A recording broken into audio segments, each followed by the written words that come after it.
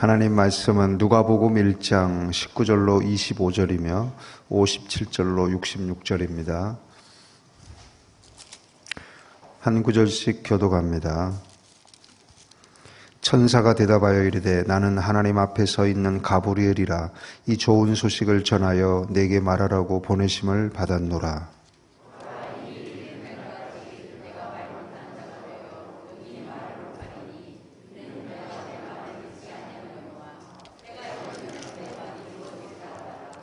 백성들이 사가랴를 기다리며 그가 성전 안에서 지체함을 이상히 여기더라.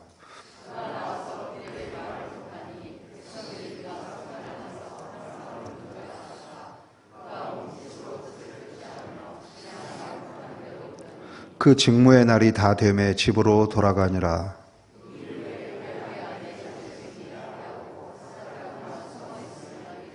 주께서 나를 돌보시는 날에 사람들 앞에서 내 부끄러움을 없게 하시려고 이렇게 행하심이라 하더라.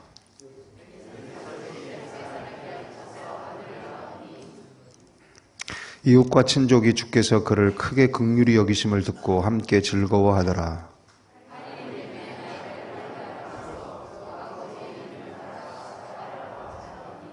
그 어머니가 대답하여 이르되 아니라 요한이라 할 것이라 하매 그의 아버지께 멈칫하여 무엇으로 이름을 지으려 하는가 물으니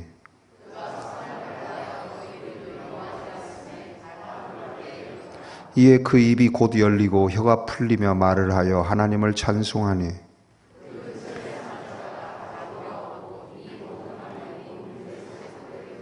같이 읽습니다. 듣는 사람이 다 이 말을 마음에 두며 이르되 이 아이가 장차 어찌 될까 하니 이는 주의 손이 그와 함께 하심이로라. 인사하겠습니다. 함께 예배드려서 행복합니다. 누가복음 강의 두 번째로 당황하지 말고 이런 제목으로 은혜 나누겠습니다. 믿음 생활을 잘 이어가고 있던 부부 사가랴와 엘리자벳에게 어느 날 하나님의 천사 가브리엘이 찾아왔고 하나님의 특별한 선택과 축복을 전달합니다. 오랫동안 아이가 없던 그들에게 아이가 생길 것이라는 수태고지였습니다. 하지만 하나님의 이 특별한 은총에 대하여 사가랴는 의심을 합니다. 엘리자벳은 창피스러워합니다. 실수를 한 것이죠. 그들은 의로웠고 완전했지만 또 오랫동안 기도해 온 사람들이지만 중요할 때 실수를 하고 맙니다. 사람은 누구나 하나님 앞에 실수할 수가 있습니다. 본능적으로 또 습관으로 인해서 또한 상황으로 인해 어쩔 수 없이 믿음 없는 모습을 보일 수도 있습니다. 하나님께는 이미 그 연약한 믿음이 탈로 나버린 상태고 엎질러진 물이 되고 말았습니다. 그로 인해 사가랴는 벙어리가 되고 엘리자벳은 숨어서 지내게 됩니다. 그런데 정말 중요한 것은 그 후에 그들이 벙어리가 되고 나서 숨어 지내면서 어떠한 행동을 하였는가, 이것이 중요합니다. 사가랴에게 일어난 이 사건은 하나님의 오랜 준비 끝에 진행되어진 프로젝트입니다. 최초의 인간인 아담이 타락했을 때부터 구원자 예수 그리스도를 준비하시고 그의 길을 예비할 세례 요한도 준비하셨죠. 구약시대의 기나긴 기간 동안 선지자들을 통해 이것은 계속 반복해서 하나님께서 알려주신 일이고 예고하신 일입니다. 그리고 때가 되어 사가랴에게 하나님의 사자 가브리엘이 와서 수태고지를 한 것입니다. 이렇게 하나님은 모든 것을 준비하시고 이 일을 진행하시지만 그러나 사람은 하나님이 아니지 않습니까? 아무리 하나님께서 완전하게 준비하셨다 해도 사람이 그것을 받아들이고 따르는 데에는 시간이 필요합니다. 아무리 율법을 오랫동안 공부했고 예언을 오랫동안 연구해 왔다 할지라도 그 예언이 성취되는 그 일이 남이 아니라 나에게 일어났을 때 놀라지 않을 사람은 없습니다. 사람은 하나님이 아니기 때문에 놀라고 당황하며 믿기 어려워합니다. 이러한 반응을 보면서 하나님께서는 기가 막혀 하실까요? 내가 너에게 오래전부터 선지자들을 통해 예언을 했고 또 율법을 연구하는 과정에서 너에게 메시아가 올 것이라고 오래전부터 알려주지 않았니? 근데 왜 너 놀라고 당황하니? 하면서 하나님께서 실망하실까요? 그것은 아닙니다. 하나님께서는 그것조차도 염두에 두셨습니다. 그것조차도 계획에 포함시켜 두셨습니다. 인간이라는 존재는 먼지로 만들어져 있기 때문에 작은 변화에도 바람이 일고 먼지가 날아오르고 퍼진다는 거 하나님은 잘 아십니다. 그래서 하나님은 우리가 실수를 했을 때 실수를 한 것보다도 실수한 다음에 어떻게 수습을 해 나가는가, 그것을 자세히 보십니다. 그렇게 우리는 실수를 했을 때 당황하지 말고 섣부른 판단, 그러니까 내 실수로 인해 하나님의 계획에 큰 차질이 생겼고 하나님께 큰 손해를 끼치게 되었다라는 생각은 하지 말아야 합니다. 첫째, 후회하며 더 안 좋은 상황을 만들어서는 안 됩니다. 화선지에 실수로 화선지에 먹물 한 방울을 떨어뜨렸을 때 마귀는 우리에게 화선지를 버렸다, 구겨서 쓰레기통에 던져라, 이렇게 말을 합니다. 극단적인 판단과 행동을 하도록 우리의 본능을 부추깁니다. 우리의 본능은 태어날 때부터 죄 가운데 태어나기 때문에 부정을 향해 쉽게 기울어집니다. 그래서 마귀가 부정적 생각을 넣어주면 더 빠르게 그런 본능을 따라 행동을 합니다. 그러나 하나님을 닮은 전지적 마인드를 가진 성도라면 그것을 구겨서 버리기 전에 어떻게 하면 이 먹물 한 방울 떨어진 이 화선지를 가지고 조금 전까지 생각하지 못했던 새로운 그림을 그릴 수 있을까? 새로운 발상을 하려고 합니다. 둘째, 인간적으로 무엇을 어떻게 하려고 하지 마십시오. 사가랴는 자신이 갑자기 벙어리가 된 이유를 남들에게 설명하려고 하지 않았습니다. 자신의 불신앙을 합리화하려고 하거나 남들의 동정을 끌어내려는 그런 인간적인 행동을 하지 않았습니다. 그냥 말 못하는 대로 있었습니다. 성경은 그렇게 말합니다. 말 못하는 대로 있더라. 하나님이 말을 못하게 하신 대로 그냥 그대로 있는 겁니다. 그 모습 그대로 맡겨진 직무를 끝까지 잘 감당하고 그리고 집으로 돌아갑니다. 보통 사람은 실수를 하고 나면 하나님 앞에서는 죄책감을 느끼고 사람들 앞에서는 부끄러움을 느끼기 때문에 자신을 방어할 합리적 이유를 만들려고 합니다. 알리바이를 만들거나 남을 끌어들이거나 상황 논리를 연출하려고 합니다. 그러나 이러한 인간적인 행동들은 또 다른 실수를 낳게 만드는 매우 어리석은 행동입니다. 섣부른 미봉책은 회개가 아닙니다.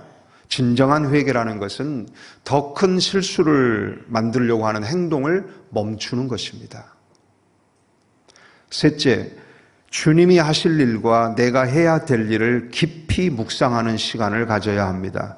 따라합시다. 주님이 하실 일과 내가 해야 될 일을 깊이 묵상하라.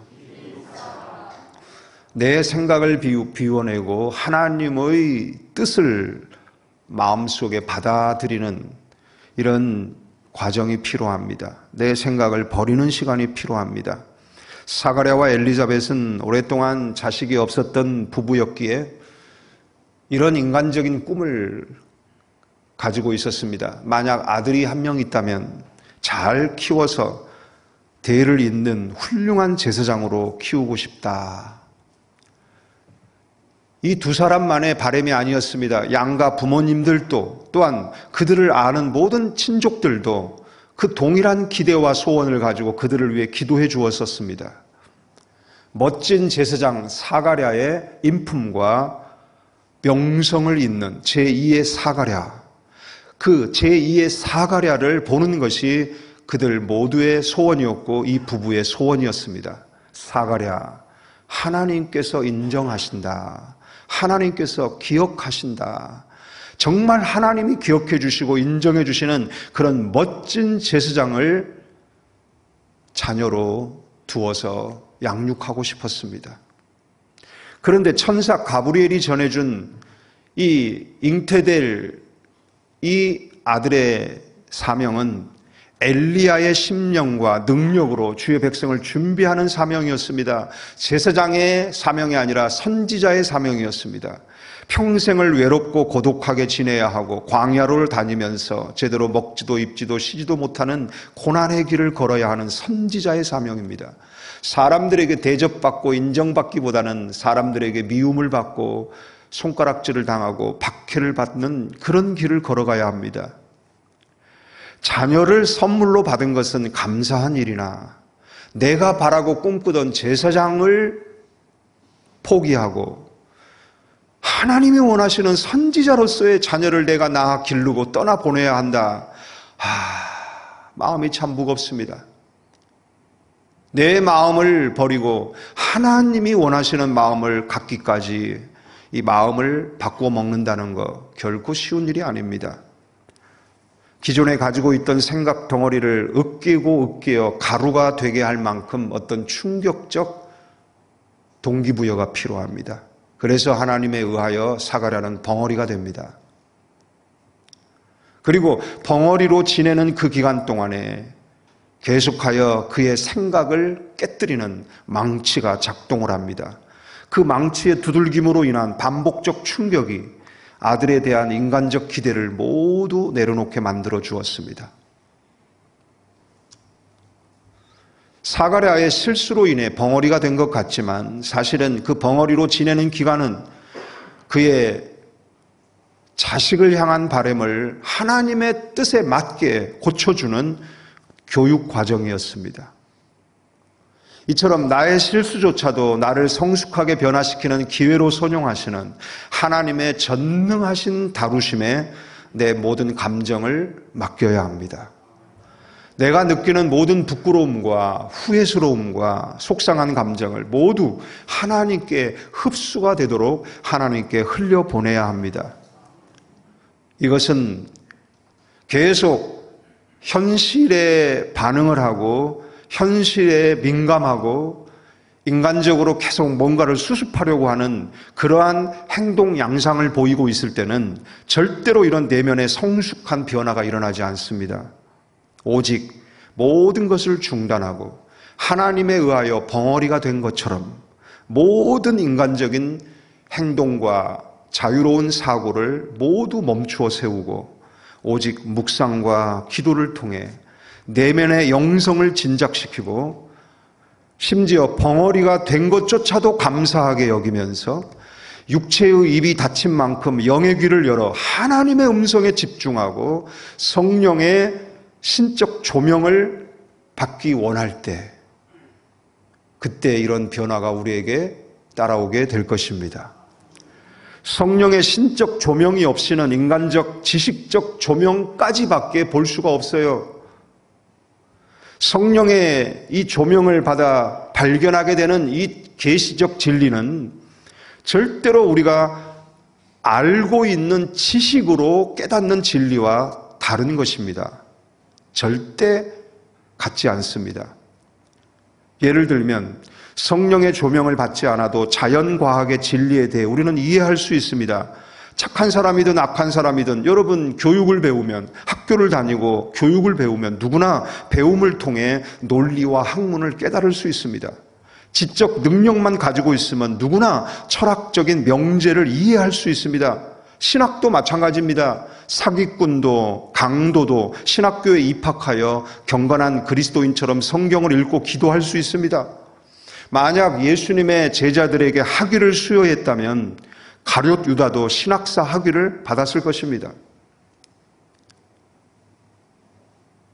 성인뿐만 아니라 죄인들도 성경을 배울 수 있습니다. 죄론에 대해서, 속죄론에 대해서, 종말론에 대해서, 성령론에 대해서 강의 내용을 들으며 다 이해할 수 있습니다. 헬라어를 배우고 히브리어를 배워서 A+ 학점을 받을 수도 있습니다. 그러나 이 모든 자연적 지식이 영적인 지식을 보장하는 것은 아닙니다. 아무리 인간적인 지식의 빛이 남들보다 뛰어나다 할지라도 결코 성령이 조명해 주셔야만 비로소 보이는 영적인 진리는 볼 수 없습니다. 하나님 말씀을 다 같이 읽어봅시다. 시작. 육에 속한 사람은 하나님의 성령의 일들을 받지 아니하나니 이는 그것들이 그에게는 어리석게 보이며 또 그는 그것들을 알 수도 없나니 그러한 일은 영적으로 분별하기 때문이라. 영적인 지식이라는 것은 오직 하나님이 빛을 비추어 주실 때만 얻어지는 결과입니다. 문자를 넘어 마음을 보고, 글을 넘어 뜻을 보고, 사물을 넘어 존재를 느끼고, 사건을 넘어 하나님의 감추어져 있는 사랑을 볼 줄 아는 이 영적인 통찰력은 오직 성령이 조명을 해 주실 때만 우리가 알게 되고 깨닫게 되는 진리입니다. 한 편의 설교를 제가 준비하기 위해 일주일 동안 모든 영적 촉각을 곤두세우고 내 눈에 보이는 모든 것들의 촉수를 뻗어서 신문을 보든 책을 읽든 잡지를 읽든 광고지를 보든 우연히 누구에게 명함을 하나 건네받든 심지어 차를 타고 지나가다가 보게 되는 길거리의 현수막 광고에서도 영감의 문고리가 될 만한 것들을 찾습니다. 잠을 자다가도 꿈속에서 본 글귀를 적기 위해 깨어 일어납니다. 그렇게 한 주간 모아진 자료들에 기도에 물을 부어서 성령으로 반죽하여 한 편의 설교를 완성합니다. 이 모든 일을 할 때 가장 중요한 것은 육신의 입을 닫고 영의 눈을 열어야 한다는 것입니다.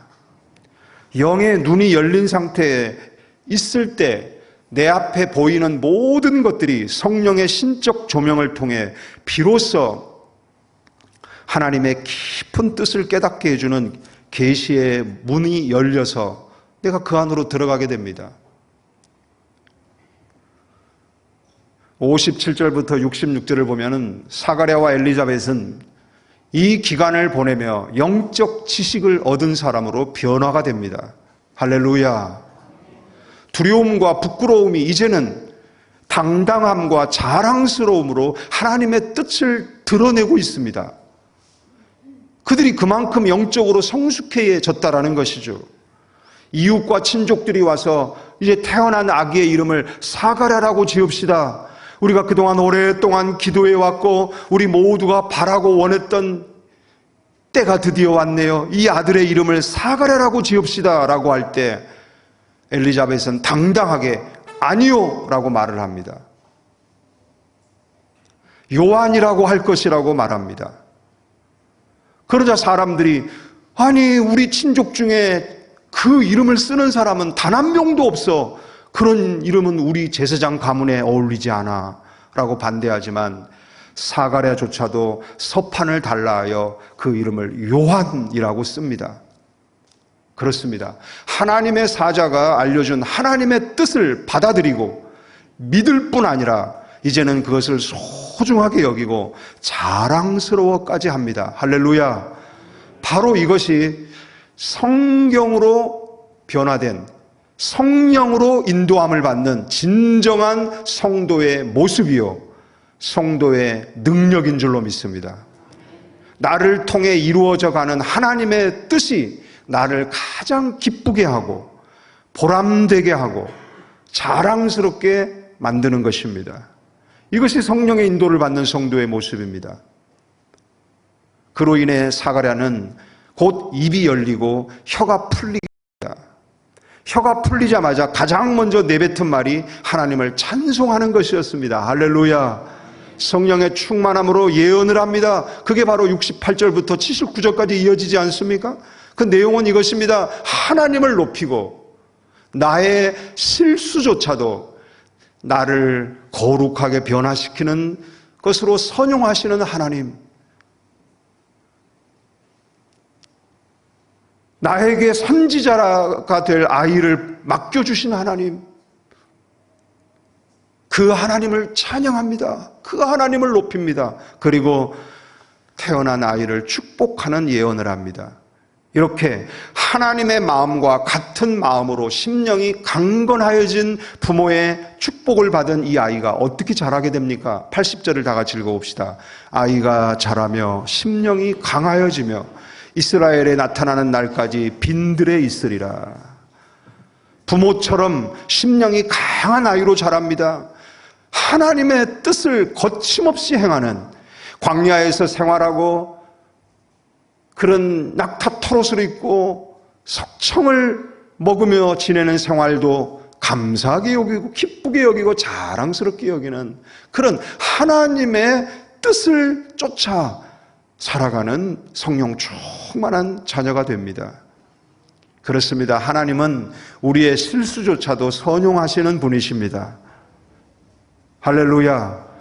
그렇게 우리는 실수를 했을 때 죄책감과 자책감의 포로가 될 것이 아니라 나는 쓴 감정과 아픈 마음을 하나님께 빨리 흘려보내고 하나님이 하실 일과 내가 해야 할 일을 깊이 묵상하는 시간을 가지면서 하나님의 뜻을 수용하고 그 하나님의 뜻에 나를 맡기는 영적 성숙의 기회로 삼아야 합니다.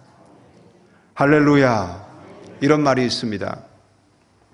부정적 생각으로 룻기를 읽으면 죽는다라는 말만 보인다라는 거예요. 엘리멜렉도 죽고 큰아들도 죽고 작은아들도 죽고 꿈도 죽고 경제도 죽고 가정도 죽고 죽은 것만 보여요. 그래서 룻기를 덮어가지고 저 멀리 치워버립니다. 그러나 룻의 걸음을 인도하시는 하나님을 신뢰하는 긍정적인 생각으로 룻기를 읽으면 남는 것만 보입니다. 엘리멜렉이 죽고 두 아들이 남았습니다. 두 아들이 죽고 나니까 두 며느리가 남았습니다. 큰 며느리가 떠나니까 둘째 며느리가 남았습니다. 그 둘째 며느리가 남은 이삭을 줍다가 보아스를 만납니다. 그리고 다윗의 조상이 됩니다. 인간적으로 보면은, 부정적으로 보면은 죽는 것만 보입니다. 룻기는 부정적이고 슬픈 그런 내가 받아들이기가 힘든 내용이야. 그렇게 생각할 수 있습니다. 그러나 믿음으로 보면 남은 것이 보이고 남은 것을 통해 일하시는 하나님이 보이고 결국은 룻을 축복하시고 룻의 계보를 통하여 이 땅에 구원자를 보내시는 하나님의 뜻이 성취되는 것을 발견하게 됩니다. 할렐루야. 2007년 12월 7일에 태안 앞바다에 크레인선과 유조선이 충돌하여 12,000km의 원유가 바다에 고스란히 유출이 되었습니다. 기름 유출 재앙이 일어났어요. 그로 인해 말리포 해수욕장, 그 14km 넓은 해수욕장이 시커먼 기름이 완전히 다 그것을 덮어버렸습니다. 해수욕장의 모든 생명체들은 죽어갔어요. 환경 전문가들은 이구동성으로 하는 말이 앞으로 수십 년이 걸려도 사고 이전의 모습으로는 다시 되돌릴 수 없다라고 말했어요. 그러나 전국에서 123만 명의 자원봉사자들이 벌떼처럼 말리포 해수욕장으로 모여들었습니다. 저는 그때 초등학교 3학년과 1학년 두 아들을 데리고 말리포로 달려갔습니다. 온몸에 기름을 묻히면서 아이들이 기름을 퍼서 나르고 닦아냈습니다. 그 작은 손으로 퍼내고 닦아내는 기름이 바다같이 넓게 퍼져 있는 이 기름들을 제거할 수 있을까? 과연 이게 가능할까? 불가능해 보였지만 123만 명의 손이 모아지고 마음이 모아지니까 그 많던 기름들이 다 제거되고 기적처럼 해수욕장은 살아났습니다. 그때 제가 두 아들들에게 한 말이 이것입니다. 아들아, 세상이 더럽다고 해서 함께 더러워지지 말고 너희는 더러워진 세상을 청소하는 사람이 되어야 한다. 아무리 세상이 더러워졌어도 누군가가 청소하는 사람이 되고 그 청소하는 일을 계속하는 한 세상에는 희망이 있습니다. 우리 자신의 인생도 마찬가지입니다.